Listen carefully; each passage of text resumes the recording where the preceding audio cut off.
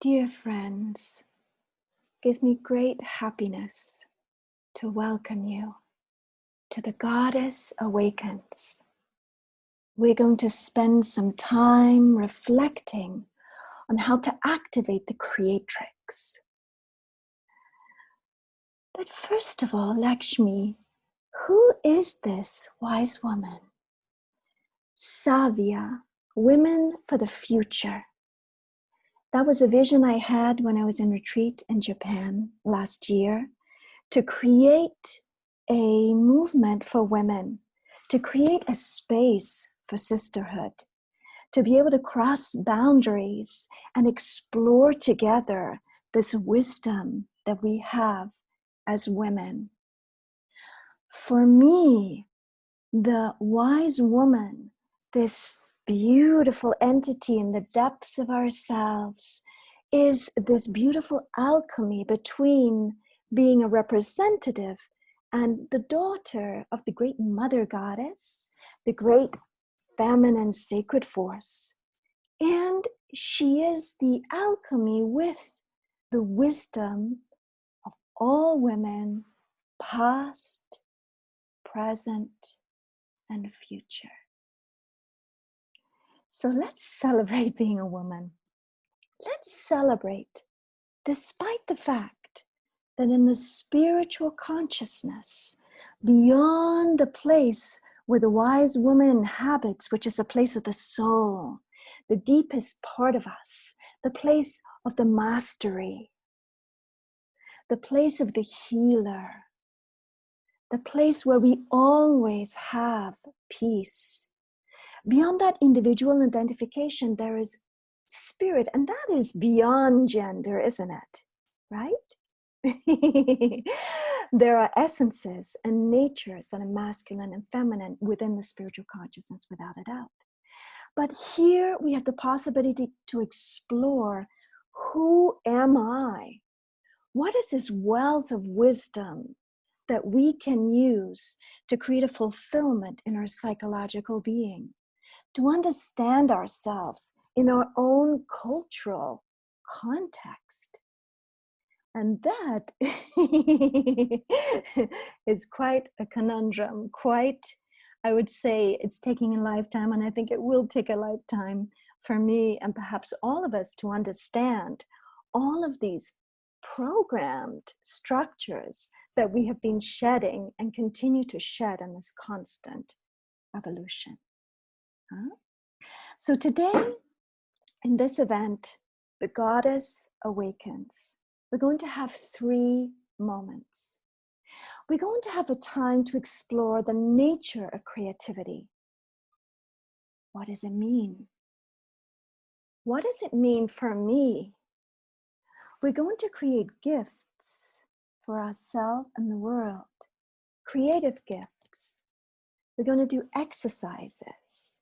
We're going to write. So if you want to get a pen and paper, perhaps now would be the time. We're going to do a movement to see how in the creative processes, and all of us here are creatrixes, let's celebrate that. But in creative processes, there are times when we are profoundly stuck. And it happens to all of us, and even very creative people. So we're going to explore an exercise to unblock ourselves in the creative process. Okay, so that's the first part. The second part, we're going to explore the goddess Saraswati. And the goddess Saraswati is the goddess of creativity, or one of the many goddesses of creativity in the world, and I've chosen her today. And we're going to make an approach that is very much orientated to the Tantric Vajrayana systems of Mahayana Buddhism. And it involves visualization. And the third part will be the meditation at the end, where we're going to invoke all of these alchemies. I've made a presentation, and there it's written down how to spell the goddess. Thank you. And I have the mantra there. So later on, I'm going to show you these things. Like, if you have questions, please let me know. And there's going to be a time for us to have an open forum at the end. I want to hear you. I want to find out your reflections. I want to know about your inspirations. And I want this to be an intensively creative and sacred time for us. Okay? So, my dear wise women, or Savias. Savias in Spanish, with a B, Savia means wise woman, and with a V means the sap inside of the plants. So it's a play on word, and a play on words in the sense that we wise women are the nutrients in the society. We have the capacity to be agents for change, right? So let's recognize, let's celebrate being women, and let's find out how we can contact more this creative process. Okay? All right, so we're going to go now to the Hindu philosophy. And in the Hindu philosophy of saguna, which means the existence with form, the Hindus say in one of the great strains of Hindu philosophy that the reason creation came into being in the form was because of bliss. Sat, Chit, Ananda, existence, consciousness, bliss. Existence, consciousness, delight. So that's the reason why my system, my spiritual cosmovision, and my journey is called Deep Delight. How can we get back to this essence of creation? Okay? So, Satchidananda, we are mini microcosms of the big macrocosm, right? So, the big macrocosm from the Big Bang outwards is a creative expression, and we are creative beings. Every day that we think, that we dream, that we prepare in the most daily tasks, food, we create in our home, in our work. We are creative beings. That is our nature. So that's fascinating. Let's recognize that at first. So there are people among us today who are artists, who have been artists, and they know that in the creative process of being an artist, there is a force that comes through us and impulses us. Sometimes it's waiting to be liberated, and we need to activate, look for this force, and work with it. The great philosopher Ken Wilber, he says that this creative force is called Eros. Again, the recognition of love. Again, the recognition that the force, the creative impetus behind everything that is our spiritual evolution, between our movements to transform, our movements towards health and mind, emotion, body, to evolve, is Eros. Isn't that beautiful? I love that. So he says that Eros moves us towards greater complexity and awareness. So more than just being, I would say, daily creators in our lives, let's reflect about being conscious creators. What does that mean, Lakshmi, conscious creators? Let's look at two facets of this. And this is where I want you to start contemplating. Let's contemplate together about two gifts, okay? Two blessings that you're going to create with me now. Two inspirations. The first gift is for your inner development, okay? So the inner development will mean your inner nature. Would mean qualities that you want to cultivate at this time in a world in great movement, let's say, and in great apparent chaos. Perhaps we need to cultivate calm or patience, or love or compassion for the other, Um, Perhaps we need more fire. Maybe we need more drive. If you don't have clarity, don't worry, because in this process, we're going to find out techniques I'm going to pass on to you very soon so that you can create an idea, a vision for yourself. So that's the first gift, okay? The second gift is with your uniqueness, with your charisma, what is the gift that you want to offer to the world, to others, and the world? What is the gift that you know with your goodness would make a better world? Huh? That's a good one, right? Okay, so in Japan, they call it ikigai, which is commonly, like a catchphrase is, what is it that wakes me up in the morning? Ikigai, it has a lot more other elements. And I'm just going to throw in another concept, which is the Sanskrit word dharma, which we've all heard of. Or Aurobindo says it's an ideal that I choose, the actions that I make to realize that action and that ideal. It brings us meaning. Okay? So that's everything to do with, and can be a little action, can be an act of service, or can be a great big action also. So that's something we're going to contemplate on together. One thing is for sure, the creative act transforms reality. It brings meaning. And when we have an absence of the creative act, or we feel stuck, we can feel frustrated. It can create depression. We can feel a lack of self-worth. We can feel that in reality, we are losing our true meaning somehow. I have definitely felt that in moments when I felt an absence of creativity. I've been losing this sense. So we have, in thermodynamics, the second law of thermodynamics talks about entropy, right? Which is how everything eventually creates, slows down, and kind of goes to sleep. Well, Ananda Devi, who was the great philosopher mystic and founder of the 6 decades behind New Future Society, she was French, she was a philosopher.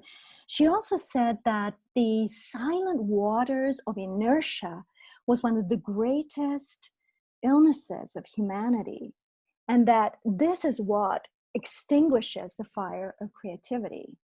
Wow. That's outrageous, right? So, so we have on one side entropy and inertia, but then the good news is we have on the other side eros, an energy that expands, an energy that is dynamic, that fills us, that feeds us, that creates even more complex systems in ourselves and in the world to be able to give and become inspired to work in the world.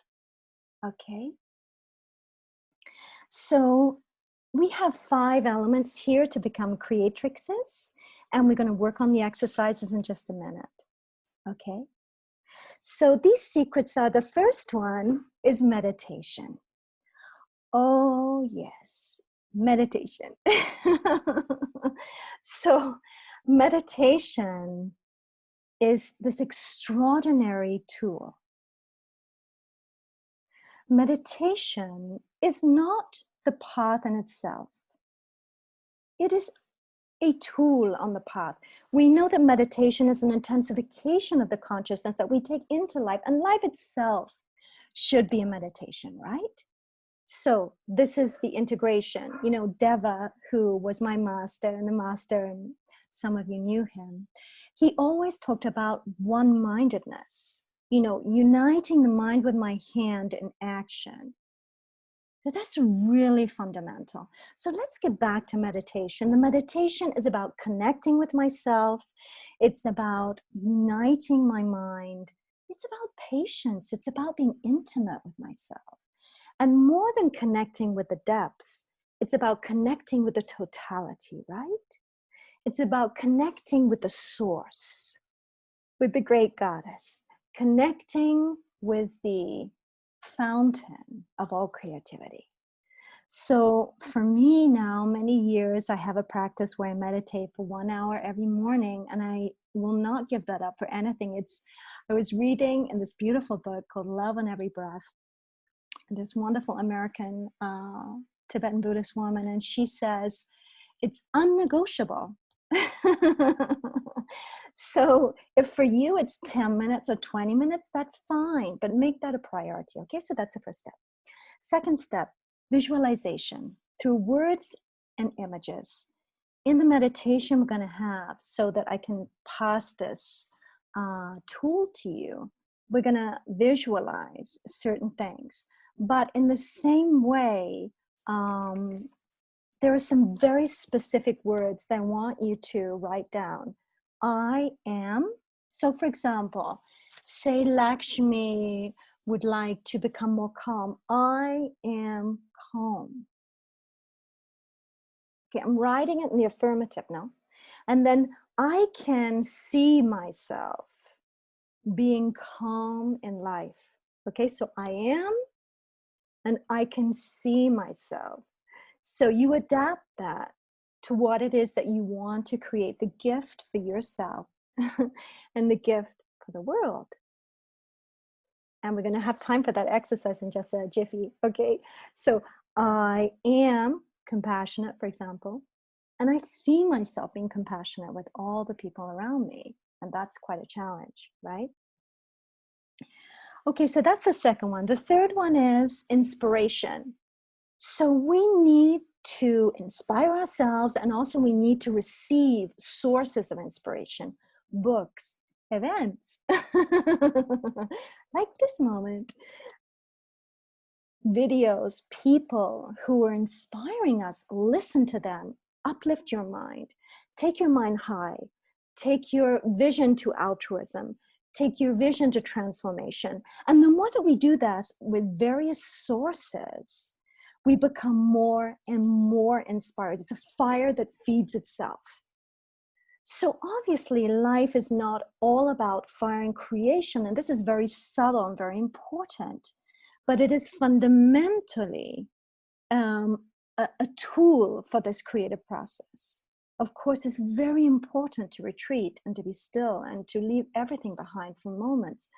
This is fundamental to understand, but in some ways, when we're looking to create, we must fuel the inspirational fire. Okay. The fourth secret is to recognize the obstacles. What do you think of that? So recognize that obstacles are going to be there. That obstacles are going to come from myself.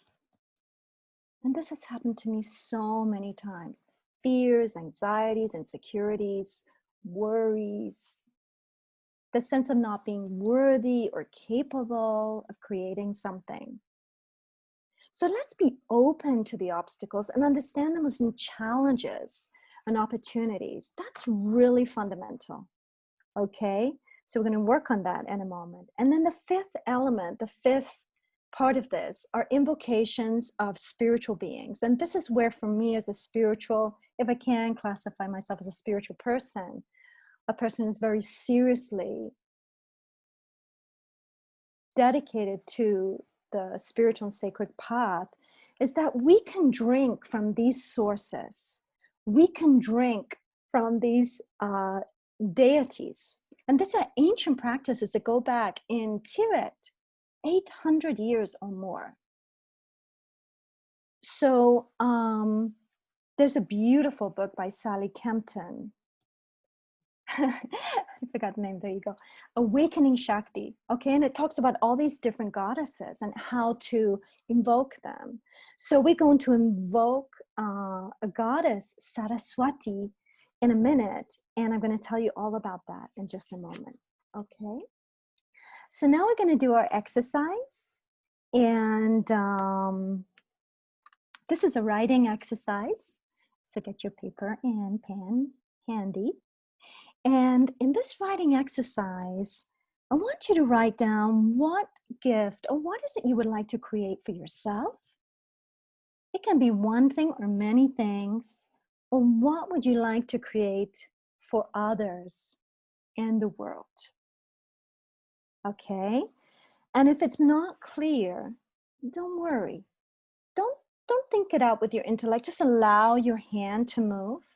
Write down the first thing that comes into your mind. And this is a process. So don't worry if it's not clear. Okay, I am, and I can see myself with those two phrases. That's really, really important. So I'm going to let you do that for a few minutes.